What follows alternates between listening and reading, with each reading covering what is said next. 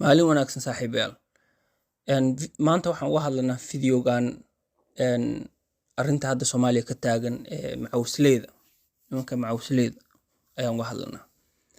Macawsleydu waa dad shacab ah, qabaa'il ah, la hubeeyey ama ayagu hubkoodii waxooda wateen, laakiin dowladdu iyo maamulada gobolada iyo deegaanada iyo maamul goboleedyadu ay taageerayeen. Dadka shacabkaana dhan ay taageereen. Ujeedkuna wuxuu yahay waa in laga xoreeyo al-shabaab meelaha ay haystaan, dadkii dhibaatada u geysanayaan. Waa dagaal dad badan ay ku dhinteen, magaalooyin badan lagu gubay, dad badan lagu barakiciyey. Marka waxaan rabaa inaan ka hadlo dhibaatada ay leedahay iyo wanaagga ay leedahay labada dhinacba. Marka koowaad waxa weeye way fiican tahay in al-shabaab la iska xoreeyo, argixisada laga xoreeyo, dadkii laga qabto laga kiciyo meesha, dadkii dhibaatada u geysanayeen, dadkii baad ka qaadayeen. Okay, waa arrin fiican. Marka haddii dhinaca kale laga eego, arrin adag oo dhib badan ayay noqonaysaa in niman Mooryaan ah, qabaa'il hadda la hubeeyo, dib loo hubeeyo oo la abaabulo. Waxay noqonaysaa hadhow haddii al-shabaab la kiciyo maxaa ka imaan kara istiraatiiji amni ahaan ma loo fiiriyey. Marka waxaan rabaa meesha sidaan anigu u malaynayo fikirkan meesha wuxuu ka yimi Ciraaq ayaa waxaa lagula dagaalamaya nimankii Daacish IST. marka waxaa la kiciyey dadkii shacabka ahaadoo shiicada u badnaa ayaa la kiciyey, la hubeeyey, lagulana dagaalamay, lagana kiciyey meesha magaalooyinka inta badnaana laga xoreeyey Suuriya iyo Ciraaq. siiba waddanka Ciraaq xushuud shacbiye iyo waxsaasaa la oran jiray. Ciidamada dowladda ayay ka garab dagaalami jireen.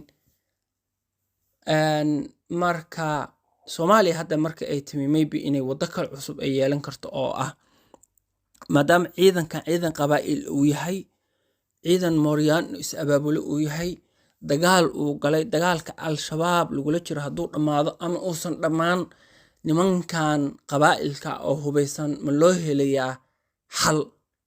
taas waa in laga fikiraa istiraatiijiyad ahaan amni mid wanaagsan ma aha markii dhinacaas laga eego. Tusaale waxaan usoo qaadanaynaa arrin hadda ka hor dhacday 2012 iyo 13 iyo dhacasay.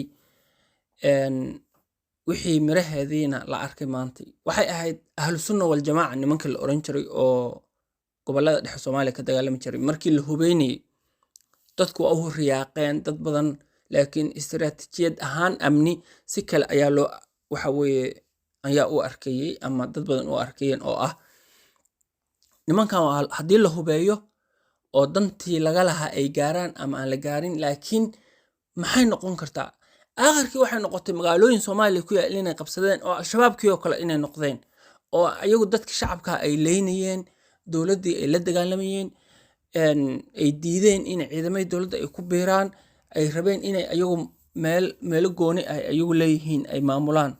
waxba maysan dhaamin marka al-shabaab waxay dhaamin ma lahan amni ahaan iyo dhinac walba. marka maanta dowladda Soomaaliya jirta waxay ahayd istiraatiijiyad amni inay u samayso. haddii xataa ciidamadan qabaa'ilka la abaabulayo waxaa la rabay in ay iyadu hogaamiso, laakiin qabaa'ilkii odayaashaas aysan hogaamin dagaalka. dowladdu hadday hogaamiso ciidamada dowladda iyo la isku daro ciidamadan qabaa'ilka oo lala dagaalamo, hadhow xal baa loo heli karay.